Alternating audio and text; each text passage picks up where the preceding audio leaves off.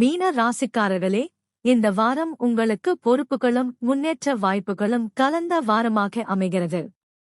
உங்கள் ராசியிலேயே சனி பகவான் பயணிப்பதால் சில விஷயங்களில் பொறுமையும் நிதானமும் மிகவும் அவசியமாக இருக்கும். இருப்பினும் அமைதியாக செயல்பட்டால் நல்ல அனுபவங்களும் முன்னேற்றங்களும் கிடைக்கும். வாரத்தின் தொடக்கத்தில் சந்திரன் ரிஷப மற்றும் மிதுன ராசிகளில் பயணிப்பதால் குடும்பம், பயணம் மற்றும் வேலை தொடர்பான விஷயங்களில் கவனம் அதிகரிக்கும். மே 20க்கு பிறகு மனநிம்மதி மற்றும் குடும்ப ஆதரவு அதிகரிக்கும் சூழ்நிலை உருவாகலாம். சூரியன் மற்றும் புதன் உங்கள் ராசிக்கு 3ஆம் இடமான ரிஷப ராசியில் இருப்பதால் தைரியம் மற்றும் முயற்சி பலன் அதிகரிக்கும். புதிய முயற்சிகளில் முன்னேற்றம் கிடைக்கலாம். நண்பர்கள் மற்றும் உறவினர்களின் ஆதரவு மனநிம்மதியை தரும். தொடர்புகள் மூலம் நல்ல தகவல்கள் கிடைக்க வாய்ப்பு உள்ளது. செவ்வாய் உங்கள் ராசிக்கு 2ஆம் இடத்தில் இருப்பதால் பேச்சில் பொறுமையை கடைபிடிப்பது நல்லது. தேவையற்ற கோபத்தை தவிர்த்தால் உறவுகளில் நல்லிணக்கம் நிலைக்கும்.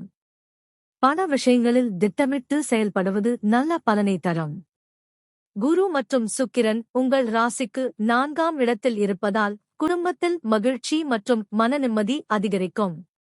வீடு, வாகனம் அல்லது குடும்ப வசதிகள் தொடர்பான நல்ல செய்திகள் சிலருக்கு கிடைக்கலாம். தாயார் வழி ஆதரவு கிடைக்கும். சனி உங்கள் ஜனன ராசியிலேயே இருப்பதால் உடல் நலத்தில் ஓய்வு மற்றும் உணவில் கவனம் செலுத்துவது நல்லது. வேலை மற்றும் வாழ்க்கையில் பொறுப்புகள் அதிகரித்தாலும் அதை எதிர்கால முன்னேற்றத்திற்கு நல்ல அடித்தளமாக அமையும். ராகு காரணமாக மனதில் புதிய சிந்தனைகள் உருவாகலாம். கேது காரணமாக வேலை தொடர்பான விஷயங்களில் அமைதியாக செயல்படுவது நல்லது. இந்த வாரம் சிவபெருமான் மற்றும் அனுமன் வழிபாடு நல்ல மனநிம்மதியை தரும். சனிக்கிழமை தீபம் ஏற்றி வழிபடுவது யோகபலனை அதிகரிக்கும். எமது cube TV Tamil astro channel ராசிபலன் உங்களுக்கு பிடித்து இருந்தால் கமெண்ட்லே சொல்லுங்க நண்பர்களே. உங்களது தனிப்பட்ட இலவச ஜாதக கேள்வியினை டிஸ்கிரிப்ஷனில் உள்ள எமது மின்னஞ்சல் முகவரிக்கு அனுப்பலாம். அதனுடன் உங்களது பிறந்த தேதி, பிறந்த நேரம், பிறந்த இடம், ஆணா அல்லது பெண்ணா என்ற விவரங்களையும் சேர்த்து அனுப்புங்கள். கேள்விகளை அனுப்பிவிட்டேன் என்ற தகவலை மட்டும் கமெண்ட்லே சொல்லுங்க.